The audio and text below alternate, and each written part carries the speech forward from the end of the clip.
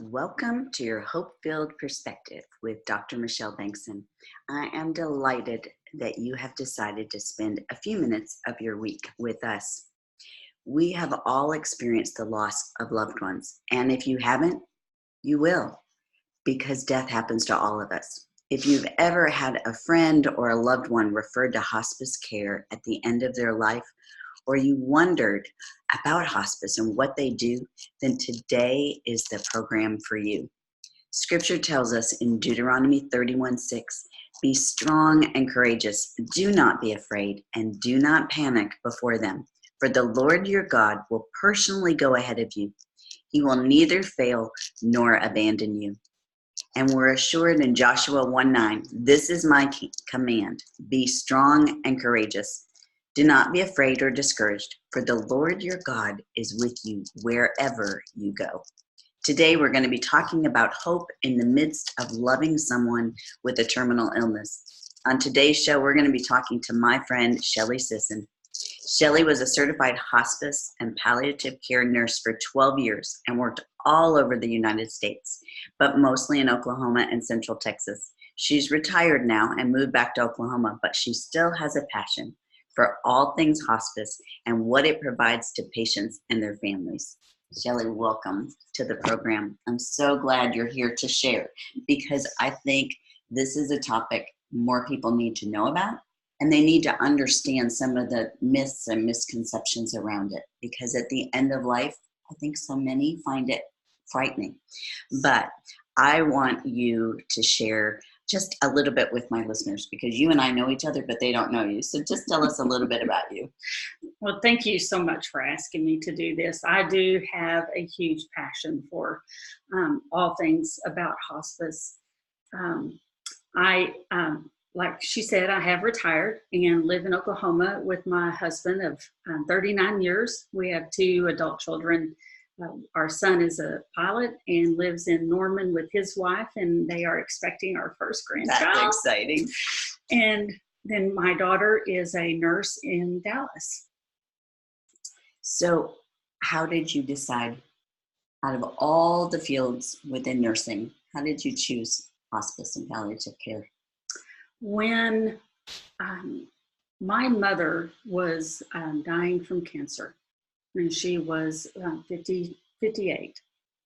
The hospice back then wouldn't come out to the country, but I knew at that point I was not a nurse, and I thought I need to work with hospice. I loved the concept. They were really, really good about sending us all sorts of information to try to help us help mother through this journey. And I learned a tremendous amount from my mom on how to die well and to have a good death. So it really moved me. And then it was a couple of years, maybe 3 or 4 years later, I actually went back to school when I turned 40 to go in to be a hospice nurse. Wow. And so I went through all of my college, and all my instructors were going, no, you need to do med-surg. And I'm saying, no. God has called me to do hospice. And I was very, very blessed to be able to get in and work with a hospice very quickly. So some would consider the hospice population a difficult set of patients to work with. Did that scare you? Did that frighten you? How did you see past that? Because I think so many, when we think someone's gone into hospice, that stirs up fear. It does. It definitely stirs up fear. There are so many. Well, our culture, we don't ever talk about death. It's a taboo word. And every family, once they are entering into hospice, there is no normal functioning because of the situation. Yeah. So it was one of those that I just knew that God was going to cover me and help me with the difficult situations, because no family functions normally when you're in hospice. It's just too many emotions, and watching your loved one have to go through this journey is incredibly hard. So it was just, I just took my cues from the Holy Spirit and with hospice, you have a great team to also help you. So, we have our chaplains and our social workers that also help deal with some of the personalities of families, trying to help everyone get ready for the inevitable.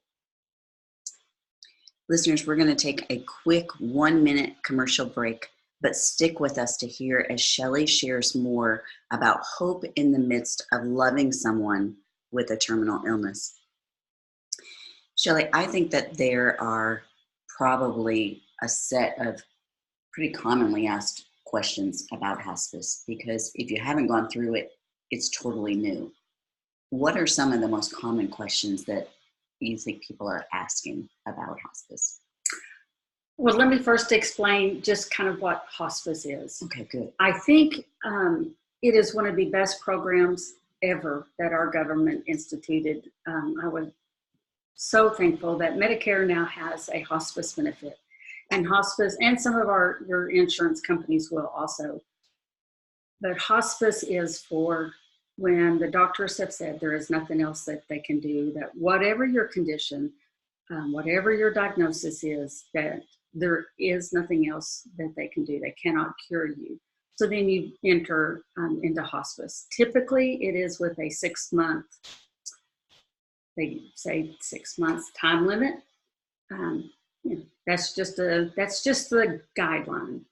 So what you're saying is they anticipate within 6 months you won't be living anymore. Correct. Okay. Yes, correct. So they've determined there's nothing else they can do to cure. Right. And so at this point, death is within a 6-month window, they suspect. Correct. Okay. Yes. Okay. And of course, depending on the diagnosis, I mean, it could be much quicker, but we've even had patients on hospice for over a year. Wow. Just because once hospice enters in and we are able to help the patient with their medications to get, make sure that they're on the correct medications for them. And then with all of the care that they get from the hospice team, a lot of them will live past that 6 months. And of the medications, are those generally medications to provide care and comfort as opposed to cure then? Correct. Okay. Yes, it is all about comfort, symptom management. There are a lot of those that the hospice pays for. And then there are the other medications that you might be taking that are still necessary for your symptoms, but not related to your diagnosis. So we would continue those. Okay. All right.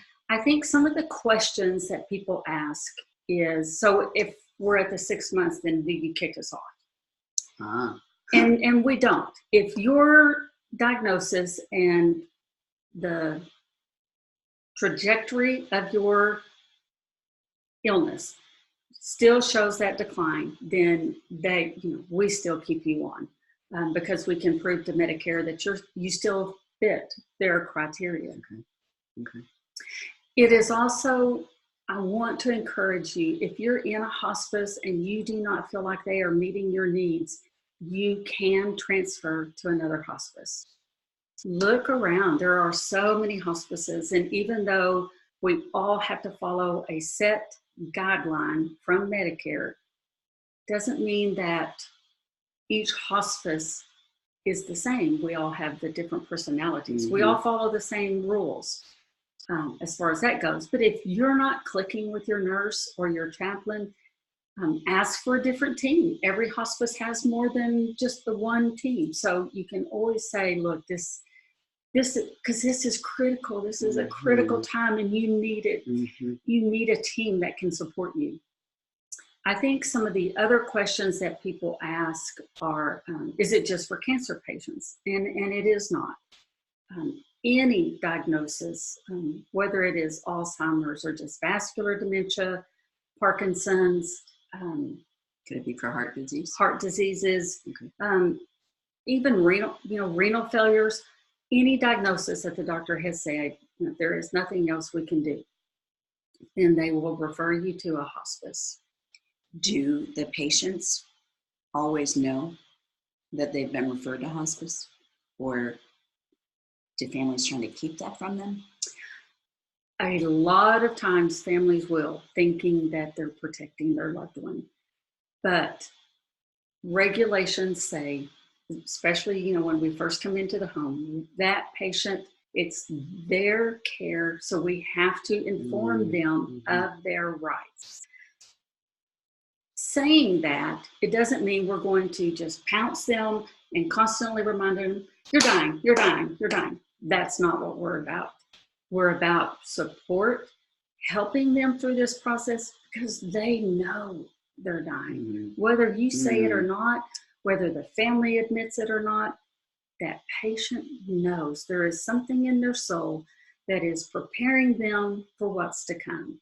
And that's where you typically have the most tension in a house, because the family is trying to protect the patient or their loved ones, and then the loved one is trying to protect the family. And it's really, we've had some really funny conversations where the patient would say, I know I'm dying, but don't tell my family, they don't know it, and vice versa. So it's been, being able to bring them together to realize, to go down this path together is so important. It's healthy for them to know, yes, so that they can process and so that they can do and say what needs to be said. Absolutely. Absolutely. If you have forgiveness that needs to be given, it has to happen. This is your only chance. And the thing I want people to realize is what a blessing. You have an opportunity to clean the slate, to let your loved one know that you're okay, that whatever happened in the past truly is forgiven. It's good for your soul as well as theirs. Okay. So what are some of the issues that friends and family members of terminally ill patients struggle with the most? I think some of the issues, number one would be, I can't provide that care. There's no way I can do the personal care. I can't administer medicines. I think that's one of the things that they struggle with the most. And that's why it's really nice to have your hospice team, because you will have an aide that will come in and help with the personal care. Now, they're not there 24 hours, but they teach. We teach you what you need to know to be able to support your loved one and give you support and rest.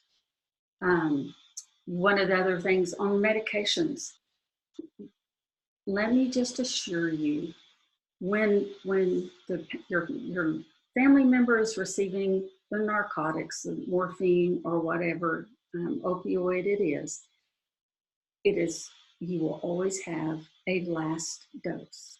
Somebody has to give the last dose, whether it's you as the family member or the nurse. It's not the last dose that has caused them to die. I'm glad you mentioned that, because I've had friends who have had guilt because they think they caused the death because they gave that last dose of medicine. And there will always be a last dose. So do not accept that guilt. It is the body that has gone through its process. That medicine helped their symptoms enough that they could relax and let go. And the goal, isn't it really, to help them die well? Yes. To minimize the symptoms, minimize the pain, and let them die well. Absolutely. I love that phrase, rather than withholding treatment because we're trying to hold on to them. Yes. We That's get incredibly selfish because we don't want to let go. Of course. And it is. That's very normal. And this is a very hard journey to walk, but it is also very holy. It's a holy moment. I've heard you say that even though a patient has received a terminal diagnosis, that there are sweet and beautiful moments that can be treasured forever. Can you give us an example from your own experience? Oh, it's hard to come up with just the one. But as I was coming over, one of the patients that I had, she was very young mama with a single mom with a 12-year-old daughter. And she had moved in with her friend who was going to actually gain custody of the daughter when her mama died. I want to encourage you, don't exclude your children. It is, they handle death really very well. They handle it better than us. They are just so matter of fact. It's like, okay, this is happening. They're going to go be with Jesus, and it's okay. But this young girl, so throughout the course, it was a very short time we had her.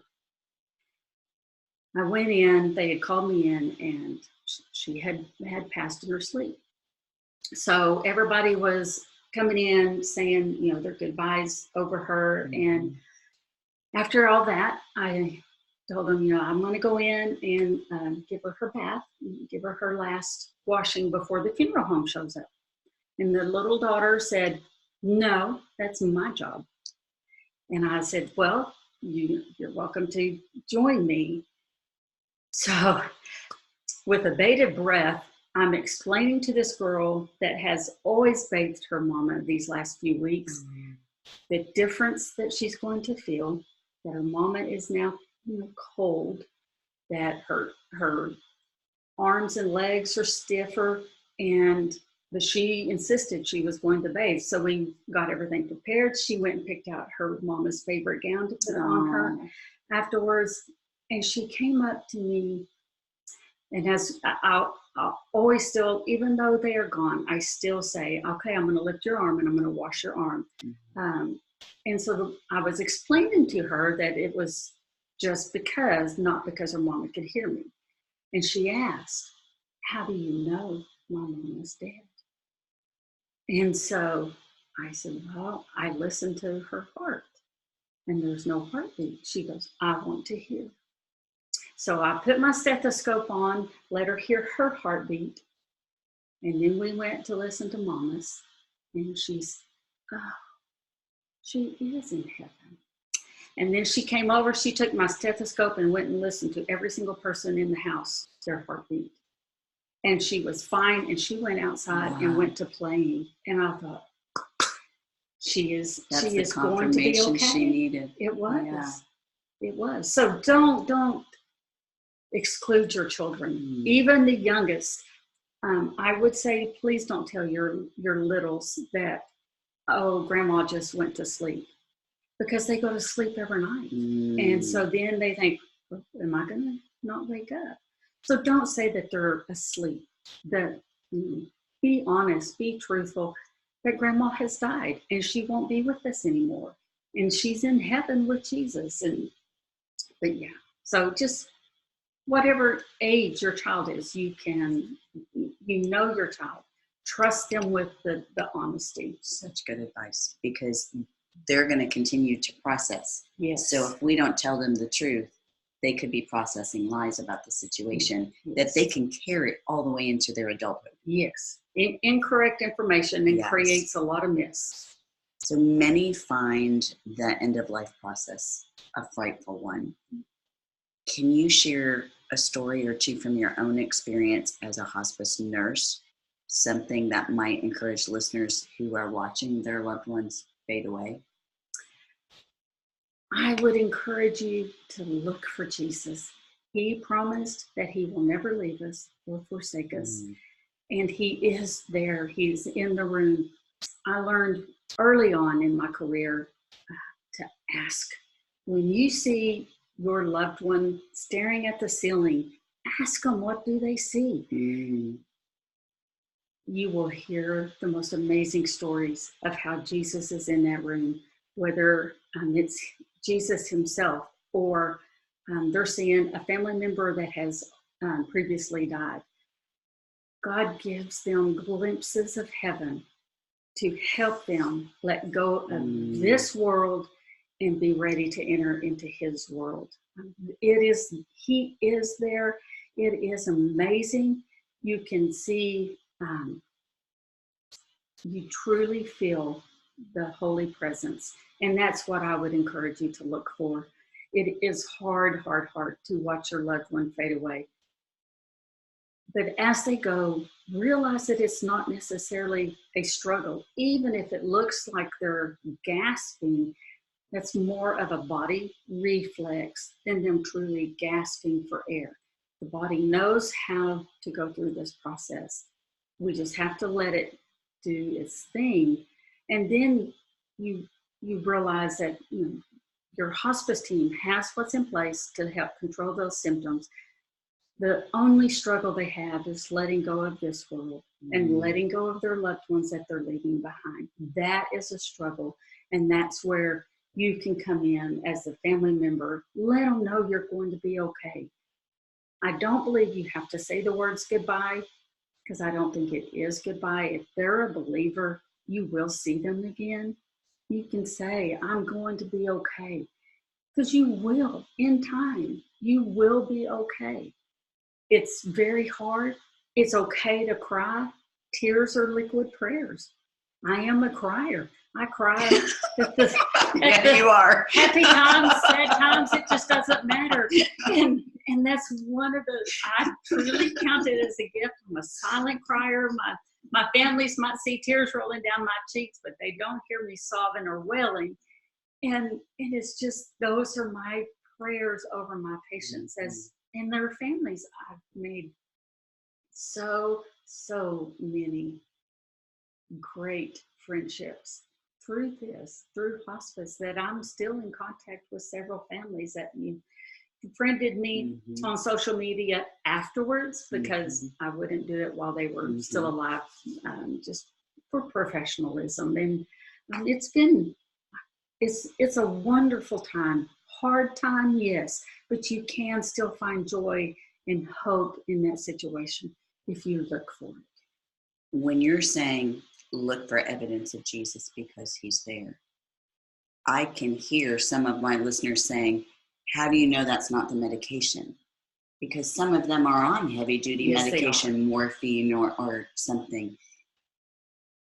But what you're saying is that's not the medication that's causing them to see something that we may not see. Yes, that's correct. If it was truly a medication-induced hallucination, they are typically looking all over the place. They're scattered. It's like chaos. They're just going around and around. Even with the narcotics on board, I would say 97% of my patients would look at the right-hand corner of their ceiling. When they are staring in that one specific place, you know that they are seeing something else. And that's, I learned not to presume that it's medications. And I asked, and I'll never forget the first time I asked, it was close to my first patient, when I felt a little bit bolder, and it was amazing. They're, I see my mama, or I see him. He's telling me it's going to be soon. And it's such a gift. What if a friend or a loved one is sitting with a terminally ill patient and the patient says, who is that? How do they respond? Because it happens so frequently. And I tell my patients, ask them, who are you? What do you want? I had one, do we have time for a story? Yeah. I had one patient, she was a staunch political party affiliate and had pictures of herself with 4 or 5 past presidents, and she was looking up at the ceiling, and her family were around, and she turned and looked at me and said, who is that? And I said, I looked up at the same spot, and I said, I don't know, you'll have to tell me. And she's looking up at there and she goes, who are you? And she's just sitting there and she's kind of nodding, shaking her head left to right. And she looked at me and she goes, I said, well, who was it? And she goes, well, she said she wanted me to go with her, but I am not going anywhere with anybody in pink polka dots. And it was, her family it was such a huge relief, because I mean, they all were laughing, and they showed me her closet. She only has red, white, and blue clothes. She has So no pink polka dots is pink, not going to fly with her. no. Mm-mm. And we all were cracking up, and I said, God has a sense of humor. I can't imagine him sending an angel in pink polka dots for you, because he knows you're a red, white, and blue girl. And she just said, yes, that's right. And she went on a few more hours, and then again she looked up, and this time she just directly said, who are you? And she saw her aunt. It was her husband's sister. It was her sister-in-law, the kid's aunt. And it was amazing that, she was able to see her and know that it was her time. And then she died within a couple of days after that. So some of those signs, some of those signals that we can see, if we look for them, are really, what I hear you saying, is God's way of comforting them so that they're not afraid to leave this world. Absolutely. Because none of us truly knows what heaven is like. I mean, the Bible tells us things about it, but there's so much to God that we don't know. Yes. So there can be fear, both for the patient and probably even more so for the friends and loved ones.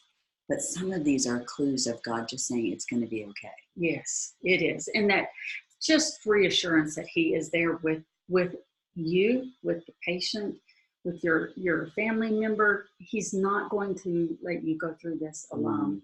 So look for him. Love it.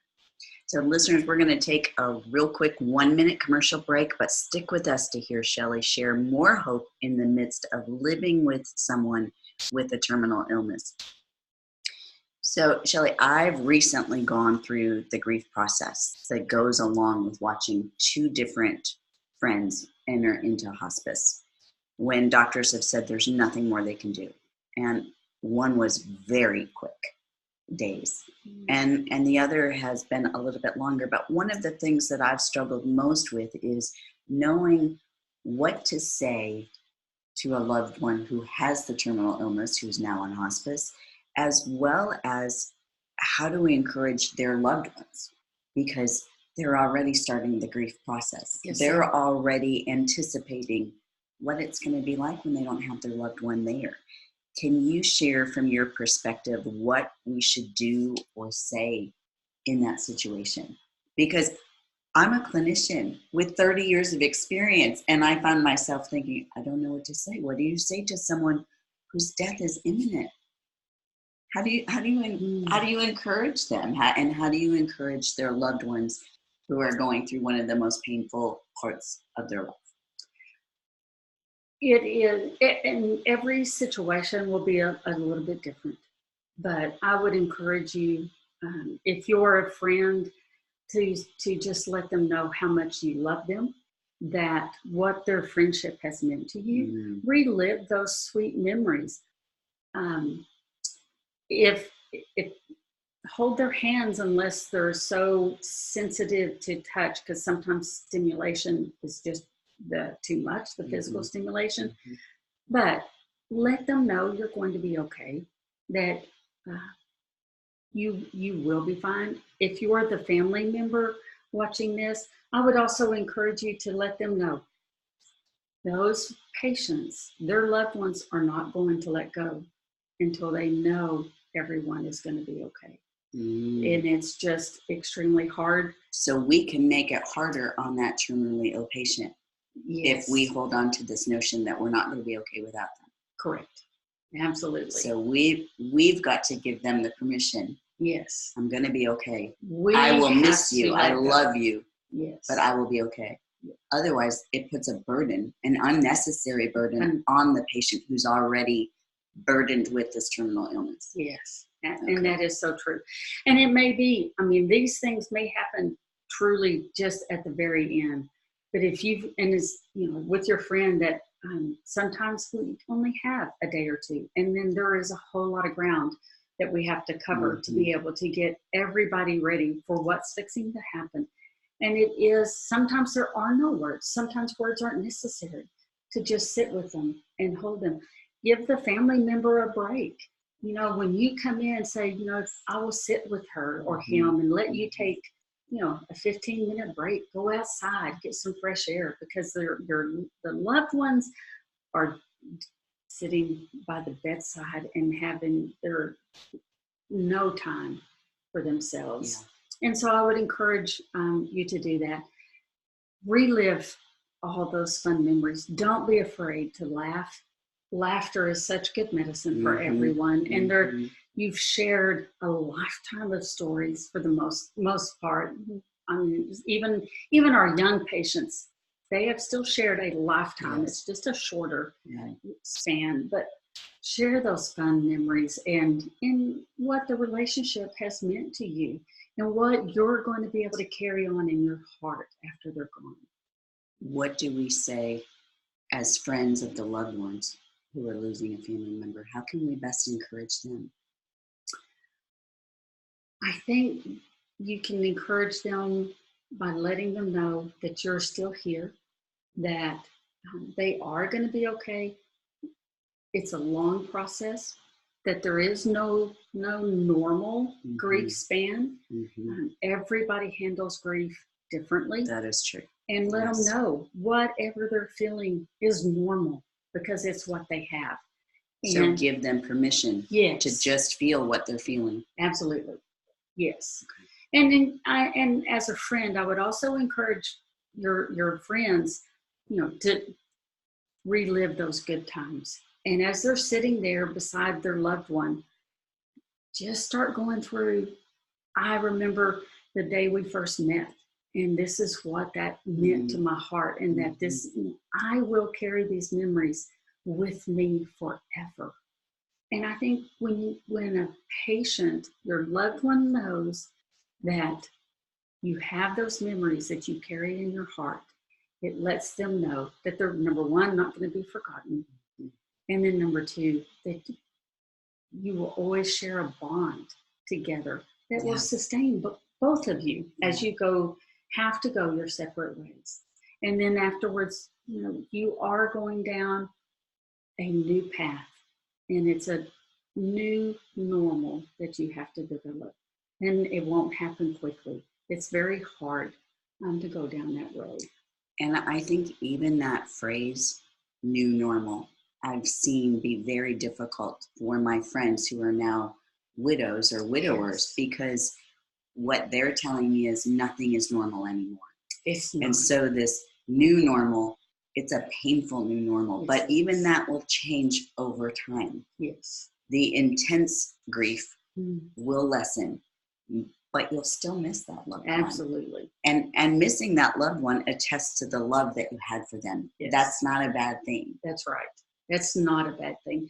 And just remember too, as your heart is breaking, I can still vividly remember when my mama was dying, the feeling I had of my heart splitting in two. I was young, she was young, and I thought it was so hard. I can still remember that feeling, but it's without the pain. There's just the tenderness of knowing it's that separation. Yes. But God is faithful, and He will mend your heart. He's not going to erase your memories, but He will mend your heart. And it is a hard journey that you're on, both of you. But even Jesus wept when Lazarus died. And Jesus, being Jesus, He knew that sickness was not truly unto death. He knew that He could raise Lazarus from the dead, but He still wept. And I love that, because it gives us permission to feel the grief. It is. It is not a lack of faith at all. If you're mourning and you're grieving, it is not a lack of faith, because it just shows, as you said, it's how much you love them. Oh my gosh, how much you love them, and how much it's going to hurt to go on without them. And it's unfair. They're getting to go to heaven and see Jesus. Yes. And we're left here on this side of heaven. Right. And it's hard. It's a hard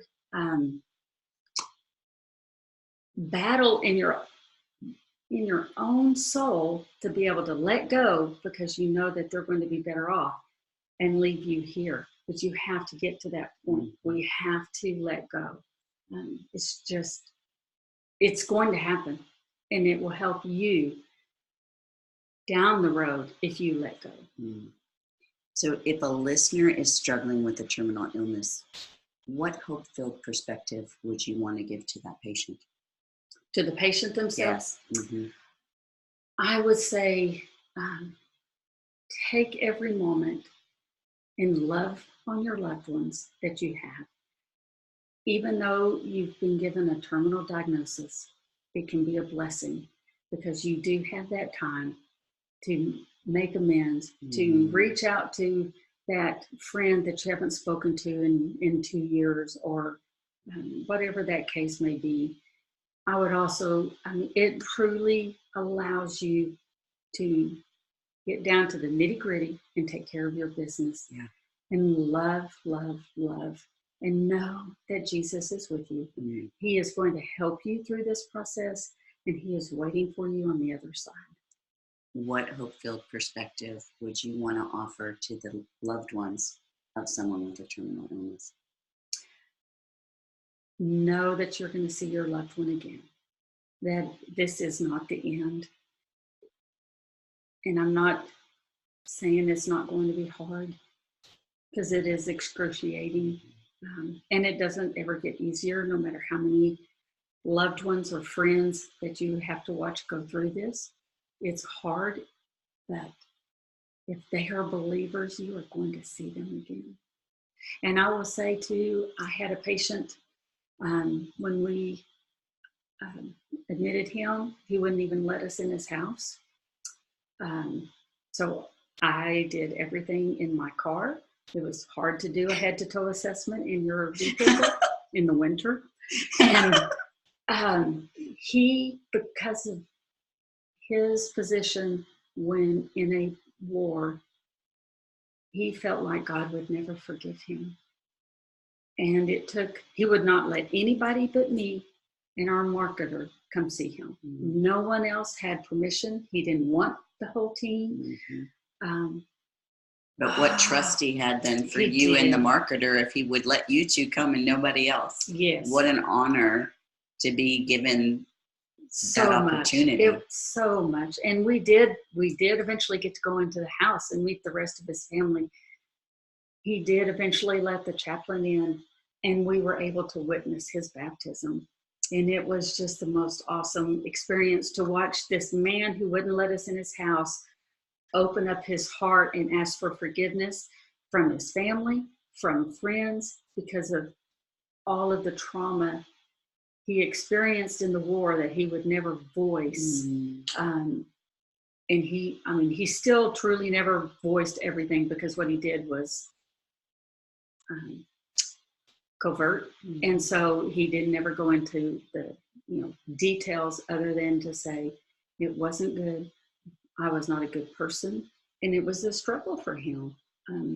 But what an opportunity for him to receive that forgiveness. Yes, and he did wholeheartedly, and it was just, it was so sweet, and so sweet to watch him make amends with his family. Love that. I know that the topic that we are talking about today is very weighty, and it's difficult because of how much we love people. And we don't like to think about when they won't be with us anymore.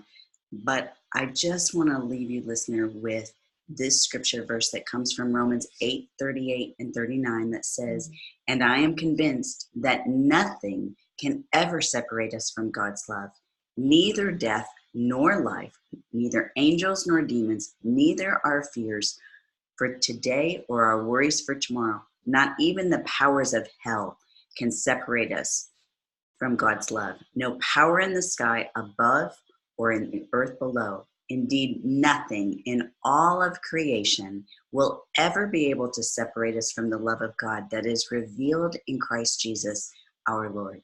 So if you are one who has a loved one with a terminal illness, or maybe you're listening and you are the patient with a terminal illness, I pray that this has been a hope-filled perspective for you today, and a reminder that not even death can separate us from the love of God.